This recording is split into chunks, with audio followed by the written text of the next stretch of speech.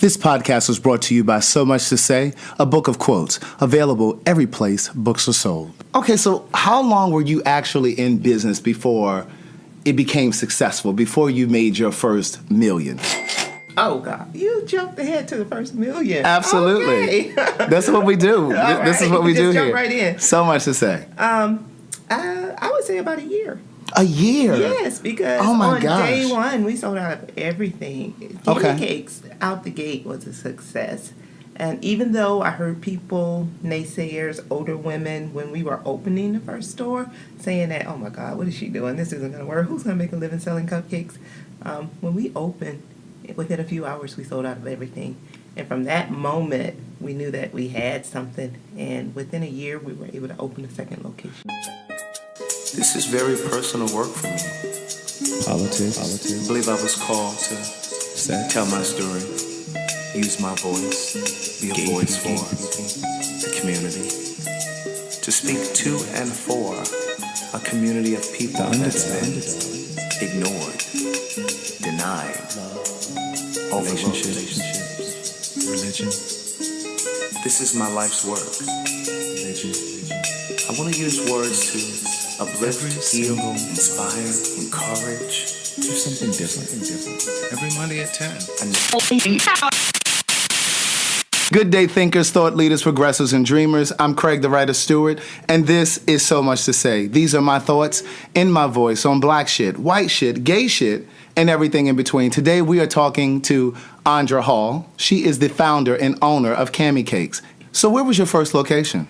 In Orange Park, Florida, suburb of Jacksonville. Okay. Yes. And is that where you're from, Florida? I'm from Florida, but not Jacksonville. I'm from a little small town called Monticello, Florida. I've heard of Monticello. What? I have. Okay. Listen, I'm a man about town. I see that. You would have to be to know about Monticello. Absolutely. Okay. So you started in Jacksonville. Orange Park was our first Okay, so you were in Orange Park. I'm familiar with Orange Park. I actually did. Yes, I did a book signing there. Oh, wow. Yeah, I did a couple book signings there. Yeah. Oh, well, great. Absolutely. So when did you open your second store, which was in Atlanta? No, our second store is also in Jacksonville. Okay. So our first store is in Orange Park, Florida. Our second store is in Jacksonville, Florida. Okay. On the south side of Jacksonville. Okay. South Side Boulevard. And that happened about a year and a half after opening our first location. Okay. And so when did you finally come to Atlanta? So in 2009 is when we came to Atlanta. Our first location opened in 2006. Okay. So a few years later. Okay. And how many stores total? 7 stores total. Yes. Okay, so let's go back to the beginning. Okay. You started Camicakes. You came up with the idea. Yes. For Camicakes. And so what was your vision for your business? The vision for the business at the time, it was several things was happening at the time. My daughter was born. She was fine. About a year after she was born, she went in, had a surgery, and she had her tonsils removed, and she didn't wake up from that surgery. Oh, I'm sorry. Let me back up a little bit. She did wake up, and then she went back out, rushed to ICU. We don't know what happened. Even to this day, I still don't know what happened. But long story short, it took her some time to recover from that incident, and I ended up quitting my full-time job. And during that time, I always baked, and just decided that instead of going back into this corporate world, should I just follow this path and my passion? And that's how that transition started to happen. And so what was your full-time job in corporate America? At that time, I was working for a builder. Okay. And most of my jobs have been, so I worked with the state of Florida for 10 years. Okay. And then in corporate world, almost another 8 years. And most of my jobs have been administrative roles. But in this particular job, I felt like I was finally free of the administrative role, and I was working with a builder to help with new home construction. New home designs, yes. Okay. And so, so from the point that you left corporate America and you started the very first Camicakes in Orange Park, Florida, how much time had elapsed? 2 years. 2 years. Yes. Okay, so during that time, what were you doing? You were researching? I was researching, but I was also working. So I spent most of my days with my daughter, taking her to therapy sessions. And then I spent my nights working a graveyard shift in a hotel. Okay. Just to have some income. Oh, yes. And we needed it. Okay. Badly. Okay, so you were working overnight for a hotel. Yes.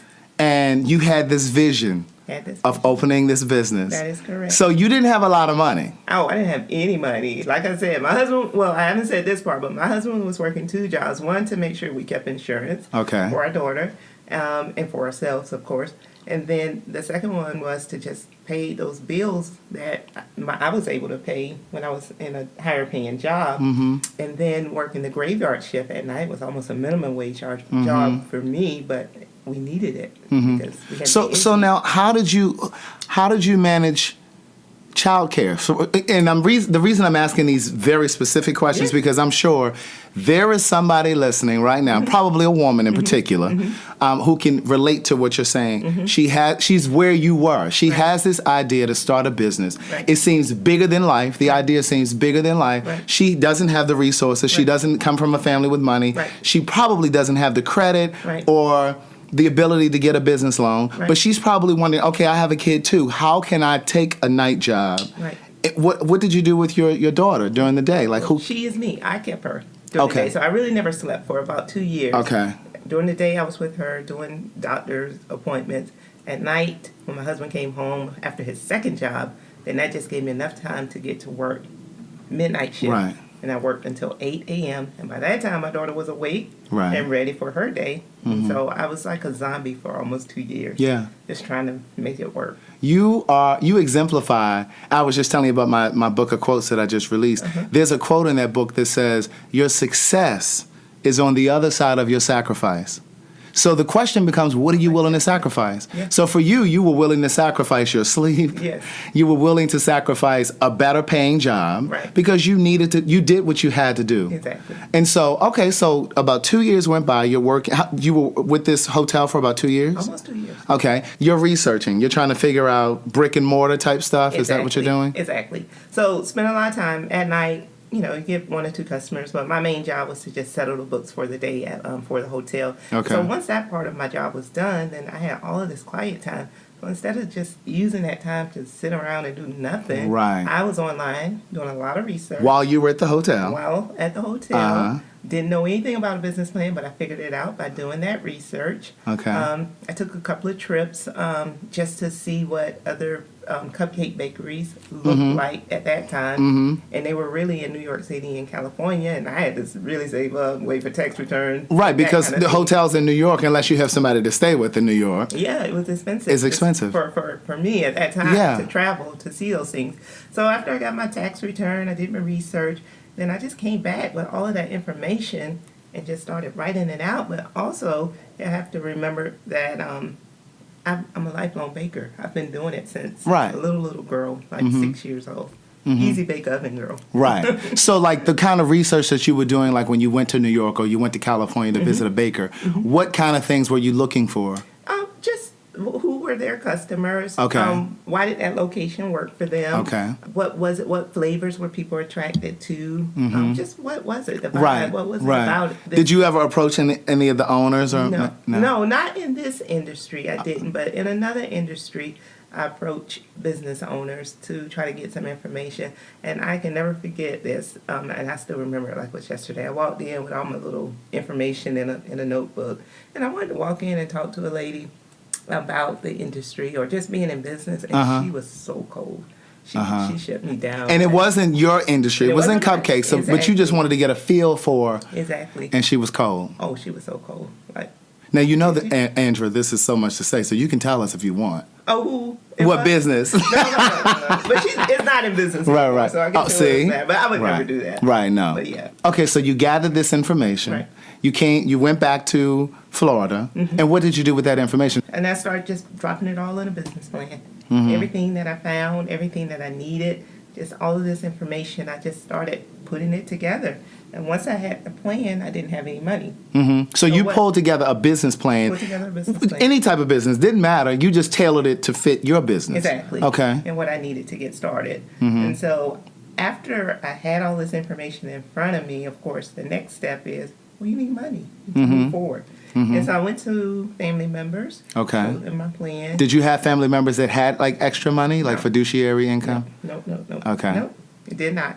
And so at that point, I had to start over because Okay, that wasn't going to work. And I had family members who believed in me because they know how much I enjoyed baking, but didn't have the money to help out. I want to pause right there. We'll come back to that. As an entrepreneur, there are several things that I understand, things that I realize. One, it's your passion. So it's your dream, it's your vision, and so you're in charge of it, and no one is responsible for helping you. Oh, I believe that. Nevertheless, but and however, there are instances where I do feel like it would be so much more helpful if I had family members, because while they're on a handful of them are on the sidelines cheering me on, sometimes it's like, I just need you to, if you really believe, I just need you to give me a little push, because you see me down here dying, because I'm from Maryland. And when I look at our white counterparts, and I'm not one of those people that compares or likes and said black people need to do this because this is how white people do it. I'm not that person at all. But I do notice, and I understand that they come from families that have more, but I do notice that in some instances where their families may not have more, their families will put their home on the line, like do a second mortgage to put behind the business. And I know that we just don't have as much to risk, us as black people, but did you ever feel like anything like that along your way? Like, God, there are things that my family or friends could do to really help me to get that initial seed money. Right. No, not really. And I say that because I've always been that girl who's had to figure it out, figure things out. Just I did that because that was the natural thing to do, I believe. Right. To try to figure it out on your own. No, to go to the family first. Okay. Because where else was I going to go? I didn't have the money. What we ended up doing was refinancing our house. That was the only asset we had at that time. So how much did you think you needed at that time, and how did you figure out how much you needed? Well, the business plan tells you what you need to get your business started. And that's why I believe so strongly in business plans. Even if,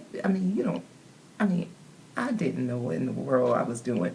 Because they're rough estimates. The numbers that you're putting in there are rough estimates. Exactly. But it made such a difference. Yeah, because it does give you some clarity and some direction. Exactly. Yeah. So we were able to refinance, pull out $45,000. Okay. With that $45,000, we had to pay off, once you do some of those this was back in the day. Part of that included paying off some bills once that money came back in order for it to be valid or whatever. Okay.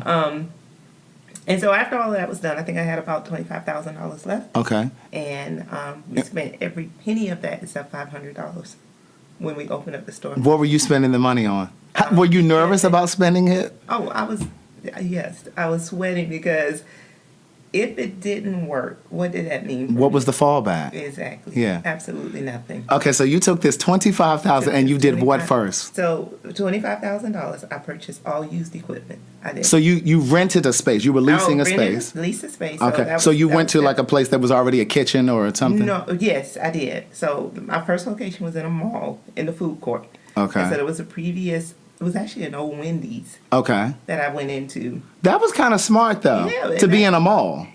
And not like a little kiosk. You know what I mean? And this is why I say business plans are so crucial, because part of that research, when I went to those other cities, I figuring out the locations that they were in. The foot traffic. Exactly. And I'm picking up what you're putting down. Exactly. And we're in Florida. So it's warm. Well, more times of the year. These are big cities, and so they have street foot traffic. There's no place in Florida like that, where people are just walking. Okay. Except for malls at that time. Right. And because Orange Park really isn't a pedestrian city. Exactly. Yeah. Not in North Jacksonville. Yeah. Not downtown during the daytime. Right. A little bit, but not heavy. Right. Yeah. Okay, so you chose to go into a former Wendy's, which was in the food court of a mall. Exactly. So do you remember how much that lease was per month? It was like $2,500. I remember something like that, and I remember how many cupcakes I needed to get that $2,500 a month. Exactly. Okay, and then I'm sure you were probably thinking, okay, this $2,500 a month times X amount of months, I need to make some money quickly. Oh yeah, and then of course when you do those leases, they show you for the entire year how much that's going to be. And just looking at that number at the time, it was so large to me, and I remember thinking that, oh God, we got to at least clear. I think it was like $6,000 a month in revenue that we needed to just break even. Yes. Yeah. And our very first month, it seems like I remember it being something like $18,000, something like that. Just the first month out the gate. And So the first thing was the lease. lease Equipment. equipment. I didn't purchase any new equipment. Everything was used. And I remember even coming up to Atlanta. I had a friend that lived here at the time, and there was I forgot what was closing down, but Go ahead. they have an oven for sale. Can you go over and check it out for me? She was like, yeah, I'll go check out the damn oven for you. I was bugging people like that. And Right. but she did that, and we were able to come up here, pick up an oven in Atlanta. I gathered all this used equipment, everything I needed. Sacrificing. Exactly. You had to drive up to Atlanta from Florida just to get an oven, but it was worth it. It was worth it. Again, I just want the listeners to hear the sacrifices Yes. and the dedication, Yes. the sweat equity you put into it. Yes, Go ahead. Lots of it. And so equipment, and then Did you hire any employees? Not at that time. And you're like, no, I'm going to do it all. yes, I had to at that time Yeah. because I couldn't on paper. I couldn't make it work. Right. Like I said, when we opened our doors, the only thing, it wasn't even before we opened our doors. Prior to opening our doors, once everything was set in motion, the last thing that needed to happen was we needed to purchase all of our ingredients to at least get this Right. ball So you haven't rolling. even bought ingredients yet. You're just No. buying equipment. So I had only $500 left, and with After you got all of the equipment and everything? all of the equipment, lease was signed, deposits were made, insurance, all of that stuff was done. And so at this point, you're not working at the hotel anymore. No, I quit the hotel right before opening, and So you worked up to the point that you were opening. So you had gotten the money from your mortgage. exactly, And then you quit like right before the store opened. exactly. Because one of the mistakes that I think a lot of entrepreneurs make, and I'm going to let you finish, is oftentimes an entrepreneur wants to create this illusion that they're doing it, that they're All making in. it. No. Yeah, that I'm all in. And they quit their job. Right. And I just feel, and I've told people before, you'll know when it's time to quit. Right. You hang in there until the last moment. You'll know when it's time to quit. But the other mistake that a lot of entrepreneurs make too is they bring on all of this staff. They would have been buying brand new equipment sometimes, because I have a friend who started a restaurant, but he was just doing way too much, spending way too much money ahead of time, and the restaurant ended up closing because you spent so much money hiring staff. Like, you're supposed to be the person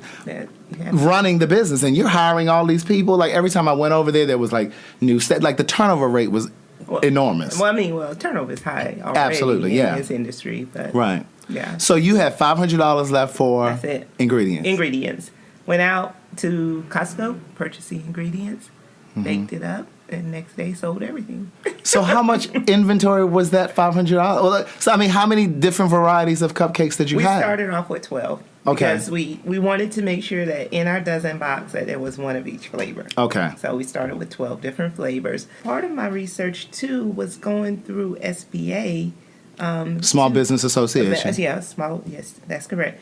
And they put me with a counselor, and my counselor was a retired guy who owned a printing company. A printing company? Yes. Now, was it free for you to work with them, the SBA? Yes. Okay. Yeah, absolutely free. And just some of the tidbits that he left me with was, don't do more than your business is doing. So basically, you wait for your business to grow, and you grow with it. And then you grow with it, right. Yeah, so as your business is growing, then you get new equipment or more equipment, or you hire more staff. Yeah, that makes sense. That's perfect sense. But obviously, I mean, for whatever reason, as logical as it sounds, a lot of times people do the opposite of that. Yeah, and I can understand that some people come from this standpoint of, I've worked so hard, I want my stuff to be new. Yeah. Fresh. But, you have to be logical and Right. So that first day, you sold out everything. Yes. So you took that money and did what? I took what I could, reinvested, and this has been my pattern, reinvested in the business, and of course, So that meant buying more product. buy more product, and also, what's the next step? Oh, I'm starting to have a little extra cash here. Now I can hire someone. So when did you...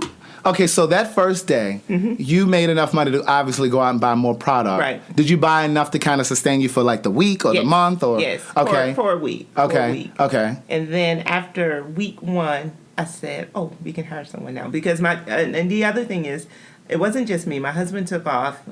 He was on vacation from one of his jobs for a week. So he was able to come and jump in. Help me for that entire week. Once you made that money from that first day, you were able to buy enough product for the next week. Yes. So anything that came in those subsequent days, you could put aside for the lease, There for you the go. $2,000 per month. Exactly. Got it. Okay. So then now you're doing business, and Right. you hadn't even promoted No. because you're in the mall, so people see you. Well, that, but also what I did too, and I had to do everything because I couldn't hire anyone to do a lot of things in the beginning. But I did my own press releases. Yeah. I was doing, but it worked. And on our first day, we were able to get out the morning news show in Jacksonville How did that happen?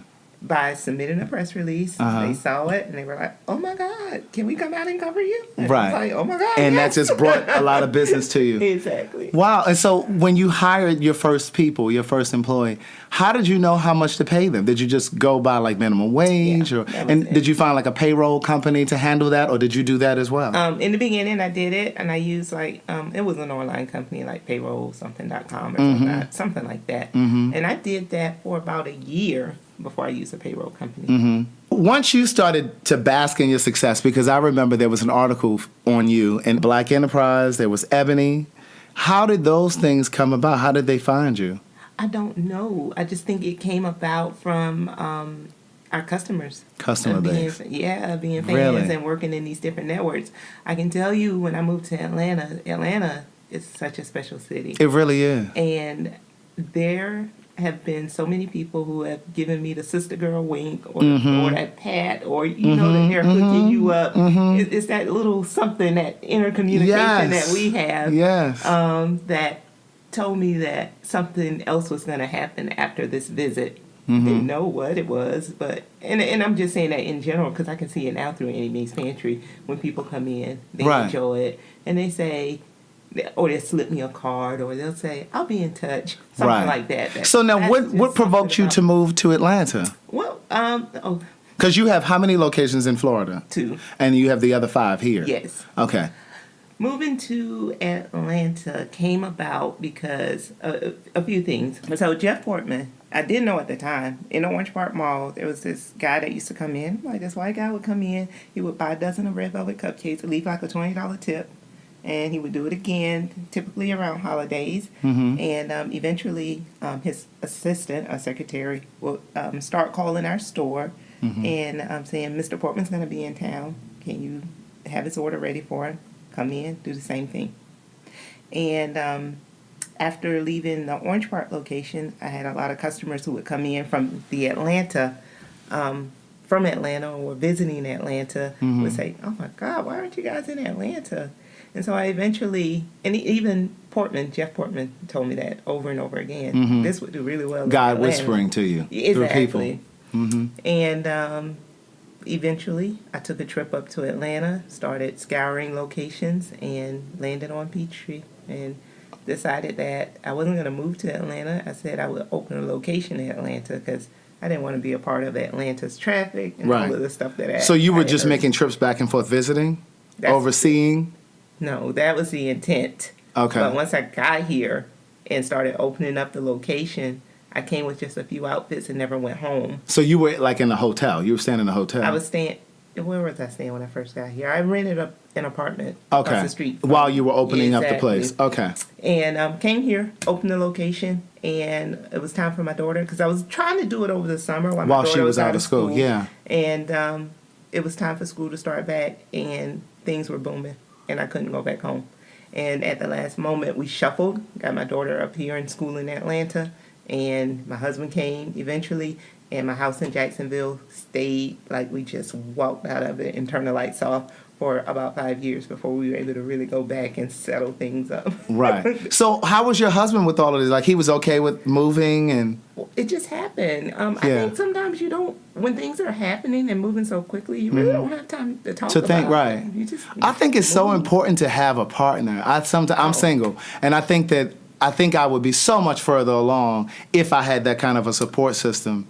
And I think that it's really important, especially like when women start businesses or women entrepreneurs, because oftentimes you hear stories of women who are doing really, really well, and then they have a man that can't really handle the success or can't handle supporting that type of success. So I think you're really fortunate in that way too. Oh, I so agree with you because he's that silent partner too. Yeah. He doesn't want a part of the spotlight or anything. Yeah. It's just like pushed me, go do it. Right. Were there any moments, like, as you're building, like maybe in that first year, second year, or as you're moving to Atlanta, where things perhaps got really difficult? Or was it just not easy, but was it? But you never had the concern about the money because the business was just flourishing. Yeah, there was a moment. There was a moment when I felt like I was moving too quickly when I was transitioning from from Jacksonville to Atlanta. I kind of felt that pinch just a little bit. But when we got to Atlanta, the business just it did so well that at that point the biggest thing was just making sure that we could keep up. Yeah. So how did you know how quickly to open up? Like, how did you know that you were able to support a second business, a third business, a fourth? You know, because at this point, do you have a financial advisor or what? No, I didn't. But that all goes back to that business plan, because in my business plan, I honestly wrote down that I wanted to open up a location per year. Okay. So did you ever have anybody look over your business plan? No. Did you ever, after that initial $25,000 that you pulled out of your house, it was $45,000, but then after you paid your bills, $25,000, did you ever have to go to a bank and say, hey, we need to go ahead because we're trying to build and we're trying to grow? No, but what happened was I did after, year one? Maybe year one is when I incorporated an accountant, and the accountant advised us to get money from banks while things look like this, because it's going to be hard if anything ever changes. So you did it just for the purpose of... No, I didn't do it. Oh. But he advised us to do it. But it wasn't necessary. Right. At that time, we talked about it, and we made that plan to do it. And I'm only speaking of it because it was excellent advice. But And I'm just going to clarify for the people listening. So basically, he advised you guys Yes. to go and get a loan, even though you didn't need the loan, Right. but just almost like a credit for Right. for like credit purposes. Yeah. So since you were in good standing, Yes. you go and get the money so that you could build a rapport, a relationship with the bank. Right. Got it. Especially while your books look the way that they do right now. Right. Because, So you didn't, and so you just continue to grow and build and... So everything. But another thing I found out throughout the process is how much people appreciate businesses who have been able to build without any Money. financial support from banks. So that was always a good thing, and something at the time I didn't realize how great it was, but how important, and how, I guess, in terms of being a business person, making wise decisions, how that kind of solidified that, I'm on the right track. As you started to build and grow, did you notice a difference and become successful? Did you know that, how did your maybe friends or family react? Did anybody change? Because I've been told by people before, no, you don't actually change. The people around you start to change in anticipation of you changing. I don't think so. I would say the only patch I really struggled with was a patch with my sister, who ended up, my sister's so smart. She has master's, she has so many degrees. And she ended up doing the exact same thing that I do, but the way that she went about doing it was a little bit. So I would say that's the only thing. But I'm just a country girl. We grew up very simply. Did I miss the question where I was asking like a setback that you may have had where things got really difficult? Did we cover that?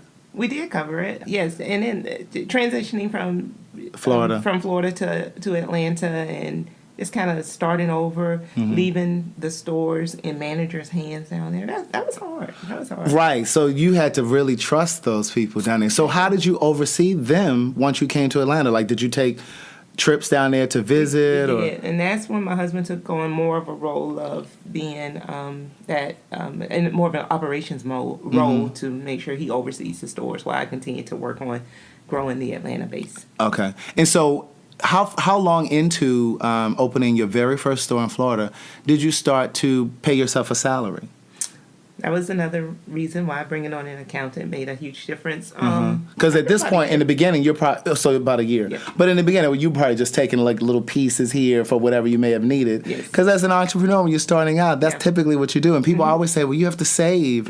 You have to put money. But it's like, but everything that you're making is pretty much going back into the business. Absolutely. So you might pull a little $70 to pay your power bill and pay a little $100 for your cell phone bill. So you're not really making a salary. Right. So about a year in? A year in. So then how did you Yes. decide how much you pay yourself? My accountant decided. Okay. He said, you need to pay yourself. And I said, well, how much should I pay myself? And he, So did he say like a certain percentage of what's coming in? yeah, well, he just told me a flat dollar amount. And Okay. He said $60,000 a year. Okay. He said, pay yourself $60,000 a year. And I was like, well, okay. And then later when you're you're- bonus out. Oh, and then when your husband came on board, then you guys Same thing. worked out something with Yeah. him. So 60 bonus out. Right. That's what we do. Okay. That's awesome. That is awesome. So what would you say to women who perhaps like you were in a relationship when they started their business or in a marriage? How do you maintain your footing? Because oftentimes women are such natural nurturers, givers, providers. How do you approach your marriage or relationship as partners like that? You understand what I'm saying? Oh, you know what? That was the most challenging part. Who's in charge? Who's Yes. the boss? Who makes these decisions? Yes, because at the end of the day, this was your brainchild. But on the flip side of it, he was there to help support and maintain. So, like, were you feeling conflicted ever? Oh, very much so. And if I'm going to be completely honest and transparent here, that was I can say that has been the hardest patch I've had to deal with on the business side and personally. Yeah. And I don't think it really ironed itself out until there was a clear understanding that she has to be the boss. I have to support her. Otherwise, we're going to always be For him to understand that. He had to Exactly. understand. And so that goes back to what I was saying earlier. A lot of men can't handle that. So I think it's fantastic that he's able to control his ego. Right. Because if you don't control your ego will control you. That is so true. So that's a beautiful thing. Because I think sometimes with women, they acquiesce and they'll just say, because even like in the case of like Mary J. Blige, I read an article where she was saying, like, of course she just went through a divorce. She was saying in the article how she wanted her husband to feel like an equal. So she made him her manager. She was giving him too much. She was too giving. So that's the thing I want women to understand. Like, you don't have to give your intellectual property, you know what I mean, your business idea, just to make someone feel whole in your relationship.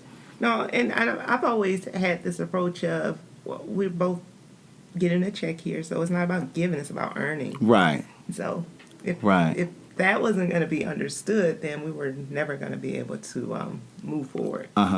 So let's talk about the newest venture. So your newest venture is Annie Mae's Pantry. Yes. And tell us what's different. What was your vision for Annie Mae's Annie Mae's Pantry? Pantry. So Annie Mae's Pantry is named after my grandmother. I was gonna say, is that your grandmother? Yes, Okay. My paternal grandmother, Annie Mae Norton. Okay.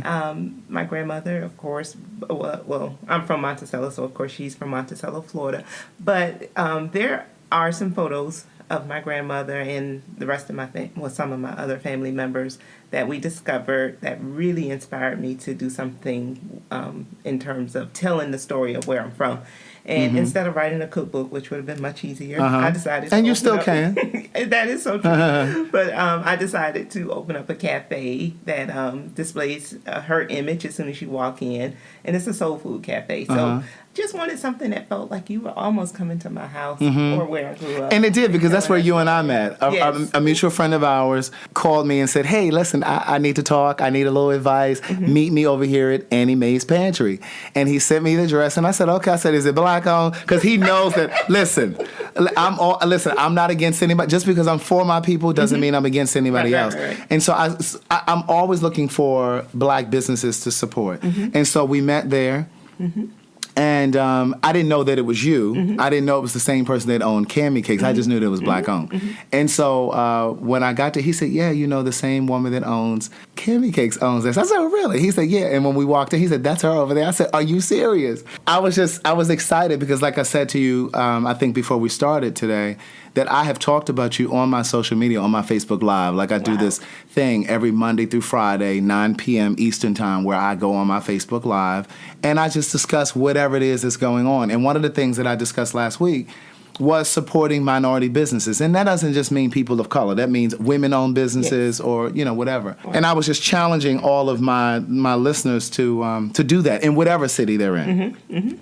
So you decided to start Annie Mae's Pantry. Yes. The food was amazing. I had the you. catfish and you very grits. much. Thank you. And then you brought me a waffle over Yes, because I had did. tasted my friend's waffle. And I said, oh, my good God almighty, what is this? And you brought me one over, and I killed it. Well, thank you. So how long has Annie Mae's Pantry been open? 3 months. Okay. Yeah, it's been open for 3 months. The idea came to me at the beginning of the year, late last year. And same thing, started working on it, started pulling together a business plan. The thing about this one versus the other one is because I'd already done it a lot easier, and because I'd already opened other stores, a lot easier to do it again. And also the same philosophy. I moved into a space that was formerly a cafe or dessert place. And of course, you save a lot of money on your build out when you do that. So, How do you decide whether or not you're going to lease a space or if you're ever going to get to the point where you buy a space? yeah, well, I'm at that point now. I feel like on the production side of everything, we should be purchasing a space at this time. Yeah. I feel like we're at that point. Yeah, I think that's really smart business Yes. once you get to a point. Yeah. Because, if the landowner decides, okay, well, we're going to go ahead and sell this business, and you've built this huge customer base that knows your business, knows your location, and then you have to close because the owner of the building decides Yes. he's going to do That's very something true. else, then, it's just a matter of rebuilding and rebranding your business. Yeah, that's very true. So are you also thinking about what other thing? Because you can go to Camicakes.com, and Cami is C-A-M-I, cakes That's with an right. S, That's .com. correct. And you can order online. You can. And do they deliver, or do you just order it online and then people go into the location to pick So it when up? you order online, two things happen. You can either order to have them shipped anywhere in the nation. Okay. And you can also order to have them picked up at any of our locations. And also in the city of Atlanta, you can call our stores and we can make deliveries for you. Got it. Yep. That's awesome. So, but you're not in any grocery stores currently? Not in any grocery stores, but we are on Amazon Fresh, which is... Okay, because they deliver Which is within like a gross. 2-hour window or something like that? Well, I thought it was next day. For Is it Fresh. next day? Okay. Yeah, they have two different platforms on Okay. Amazon. There's Amazon Fresh and there's Amazon something else. But we're on the Fresh side, which Okay. is the next day. Okay. Yes. That is incredible. Well, thank you. So let me ask this: Yes. Now that you are successful, financially successful, is it difficult deciding when, how, and who to help in terms of friends and family? Oh, you mean help with money, giving them money for the most part? Yeah. Do you have a lot of requests now from No, people? I don't actually. And I say that my family is just different Uh-huh. in the way that we grew up. What about your friends? No friends say, well, girl, I want to start this thing, and I was thinking, and, oh, girl, my mortgage is just, oh, my son is in school, and I don't have the tuition. Few people here and there, but no, for the most part, no. So how do you decide when you give or not? When my heart tells me to. Not Yeah. Because So I you don't feel- have a problem saying no? No. That's I a good don't. thing. I don't have a problem saying no. And in terms of philanthropy, I'm sure you probably have a lot of charities and Yes. things that reach out. How do you decide with that? Does the cause have to resonate with you? It does that, and can we really make a difference? I look at it. I mean, we can't do a lot, but what we can do, will it really make a difference? And that's how we decide if we can or will help out. And is there any type of advice that you would give to entrepreneurs starting out? Like, what would you say to Myself? your younger self? Yeah, when you were starting out. So many things. One is just believing yourself. I had so many doubts in the beginning that, can I really do this? Am I smart enough to do this? I was really kind of leaning on, this part of the story I didn't tell, but I was leaning on one of my other cousins because I said, oh, she's so much more articulate. She can go in and she can explain my business plan to folks better than I can. And I've been forced in situations where I was dependent on people and they didn't show up at the last moment, and I had to do it myself, which was so needed and so necessary for me to get that courage and To find your voice. exactly to be able to move forward and continue to grow as a person and grow as a business person as well, personally and through business. So that would be number one, to definitely believe in yourself. the two is you really have to do your research. If there's anything you want to do, it doesn't feel like work if you really enjoy doing it. Honestly, that's the way I feel about it. And I would say choose something that you enjoy doing, but be smart about it. Make sure you make money doing it. Because a lot of times what I've noticed for people who have passions, they don't know how to evaluate their passions. And they'll end up giving it away because it comes so easily to them. They don't know how to place value or charge Yes. people for their service or their business. Yeah. Exactly. And so, and I feel like that's because, it's nothing for me to do that. That comes so easily. People who are great writers, because I can barely write an Instagram caption. And so, to me, they don't realize how valuable that is for people who can't do it. And so, And that's no big true deal. because I know when I started off, like I moved here and I was writing music initially, and I did that for a while. Ended up writing and producing a stage play that sold out, and then from there I founded a greeting card company called Say It in the Card. What? We should be talking about you. and like we were in 7 stores. Say It in the Card was literally in 7 stores. The economy turned and took that business out, and we were even at the Marriott Marquis. They were giving out cards. They would purchase the cards from me, and then they would give cards to their clients that used their spa services. It was like a thank you card. I've really, really hustled that business for a long time. Like I approached like the black-owned Mercedes-Benz dealer here, trying to get them to do thank you cards for their customers, like when they come to the service department or whatever. And I just got so much pushback. And it was like, well, we just use Vistaprint. But it's nothing like a customized message with their logo. So I got to a point once the economy turned and each of those stores closed up, it just kind of knocked the wind out of me. And at that point, I'd started writing my first book, and so I've been pushing these books. And so now I still do the greeting cards, but I do it more on a customized basis. Like if somebody wants to do thank you cards or something, like if it's a commission basis. Yes. I keep saying that I'm going to try to go back into the stores and try to figure that part of it out, but I don't know. I think it just kind of bruised me a little bit. You know what I mean? You know what I'm saying? And so sometimes it's just hard, and it's so important to have a tribe. I talk a lot about a tribe, like that support system, that 2 or 3 people around you that really understand what you're going through. And there's a difference between having your friends and having a tribe, because your tribe, they may not be in the same business that you're in. Right. But they are in business for themselves. Exactly. And they understand, because there's nothing like the ebbs and flows of entrepreneurship. And that podcast is coming up too. I have a conversation with a friend of mine, and we talked about those setbacks and how there are moments where it's just so bleak. And you see this glimmer of light at the end of the tunnel, but you just don't know if you have it in you to make it to the end of that tunnel. And it's almost like you just want to give up. And it's like nobody really understands, because they'll say, well, why don't you just go and get a job? Yeah. And you know what I mean? Yeah. And I've done so many things like that over the years. She's done so many things like that over the years, where you just get something to bring a little income in, just to kind of float you a little bit longer.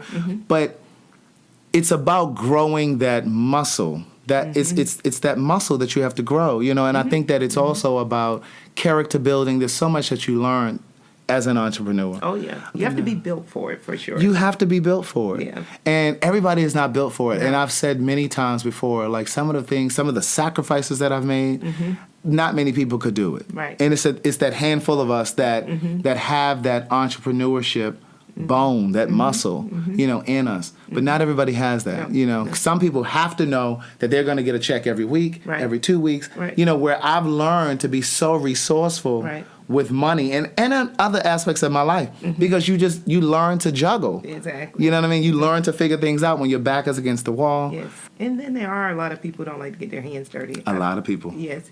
I feel like it's necessary. You have to know your business. I mean, even if I'm not going to be, and I'm going to use Annie Mae's Pantry, for example.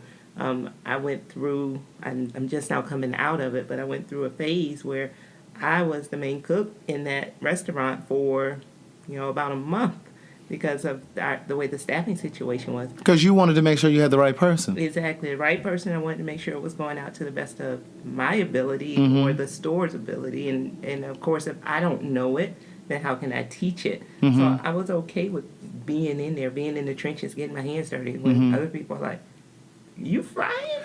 And listen, and that was one of the things, because I actually told my mom about you that day. I was like, I spoke to her about doing the podcast, and I said, do you understand that this woman's business is a multi-million-dollar business now? And she was in there cooking. I said, she brought me my waffle.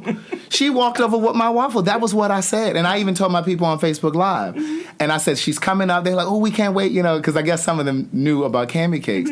And so I said to her, and that was to the point that I was making earlier about my friend who had a restaurant. He didn't want to be in there cooking. Yeah. Like, he was bringing in staff to cook the first week. And I'm like, no, that's when you are supposed to be in there. Yeah. And Yeah. here you are, many years later, 7 locations later, 8 if you include Annie Mae's Pantry, and you're in there cooking. Like, clearly you could have just been home, doing whatever you wanted to do. Right. But the point that I forgot to make a moment ago was when I started off writing and I started offering my services to people, because people would say, would you rewrite my website? Or could you write my bio for me? I didn't know how to charge people for that. Because to your point, it comes so natural to me. Right. I was writing personalized cards. Like, I did wedding vows for people.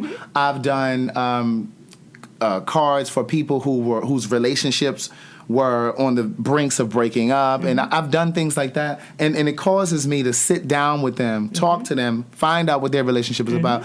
I mean, that's my time. Right. So aside from me just writing it, I'm sitting there, I'm doing a consultation. Yes. And so I was always nervous about how to charge people. Like, I remember when I started off, I was like, okay, well, I'll do it for $25. $25 is nothing, considering I have to sit there and talk to you for 30, 40 minutes to get to what I need to get to, and then I have to go and write it. Right. So it takes a while for you to understand your value. Right. And as a friend said to me many years ago, your confidence hadn't caught up with your talent. And it changed my life. It changed my life, Andra. It changed my life. I said, that's it. Because the talent was always there. I love the that. confidence just wasn't. And I just rehearsed that thing in my mind over and over. And there are moments now where it gets real. Because, like I told you, I've just published my 3rd book, and it becomes so difficult at times. You know what I mean? Especially because we're talking about people buying books. You're selling something that people want to eat. You know what I mean? So it's easier to sell them, you know what I mean? But with the book, it's like I'm still working for the book. The book isn't working for me. Camicakes is working for you now. I got it. You understand? Yeah. So I'm still in that phase where I'm building, and then I'm doing this podcast and During the recession, I have a friend who's an author, and she said, people ain't buying books, they're buying bread. Absolutely. So that was her. Yeah, so I mean, I'm always looking for new ways to get in front of new customers. Right. So when I did the readings in Orange Park, someone through social media found me, because I did a little clip reading on my YouTube channel. He found it, told me to come down to Florida. He had a house full of people there. So, when you have situations like that, people will buy the book because they trust you. Exactly. You know what I mean? So I've done plenty of things like that, but I've also had to be really creative with social media, doing these Facebook Lives and, selling books in cities and countries that I haven't been to, Right. Until it really gets to that point where it's like, okay, I can catch my breath. But you know what I do? I don't worry about the masses. I focus on one. Yes. And I feel like if I get that one right, it'll multiply. It will multiply. And so on. Yeah, my mother taught me that because I remember early on when I started out with my first book, I remember the very first reading I did, with the public reading that I did, like it was standing room. And then it just kept building from there. But then I remember I did a reading in Philadelphia, and then I did one in Baltimore, and it was like 50 people there. It was like a line of people, people from my elementary school. But then when I did Philadelphia, there may have been like 8 to 10 people there. And my mother could see that I was dejected because we had driven from Baltimore to Philly, and I had done it at this bookstore, and I just knew that it was going to just be impactful. And as we were leaving, she said, well, I think that was really a good turnout. She said it was a really good conversation. She said, and, I hope you're not upset about that. And like I said, she knew that I was upset. Right. And she said, I hope that you're not upset. She said, because, there were 10 people there. She said, but then those 10 people tell 10 people. Exactly. Then those 10 people tell people. So it really is about the critical masses. It's about spreading that word and it becoming, contagious that way. Exactly. But I appreciate you doing this. Did you have anything else that you wanted to say? No. Anything you want to ask? tell us how they can find you on social media. Well, of course, Camicakes on mainly Instagram. And I say mainly Instagram because I control all of our Instagram pages. So you're talking directly to me when you tune in to Camicakes Cupcakes, our Instagram. So at Camicakes Cupcakes. And on the Annie Mae's Pantry side, it is Annie Mae's Pantry. And that's it. Awesome. Thank you so much for being here. Thank you. You're Thank very you for welcome. having me. You're welcome. And So your much website fun. is camicakes.com. Camicakes.com and AnnieMae'sPantry.com. Absolutely. All right. Thank you guys for listening. This has been So Much to Say. Please share this podcast, especially with those people in your life that have a vision and they are so close to giving up because there's no evidence that they're going to succeed. Be sure to share it with those people. Share it on your social media. The social media for So Much to Say podcast is So Much to Say podcast on Instagram. My Facebook is Craig the Writer Stewart. My Instagram is Craig the Writer Stewart. Don't forget to hit the subscribe button. We're available in SoundCloud, Spotify, Google Play, Stitcher, TuneIn, YouTube, and any place you can listen to a podcast.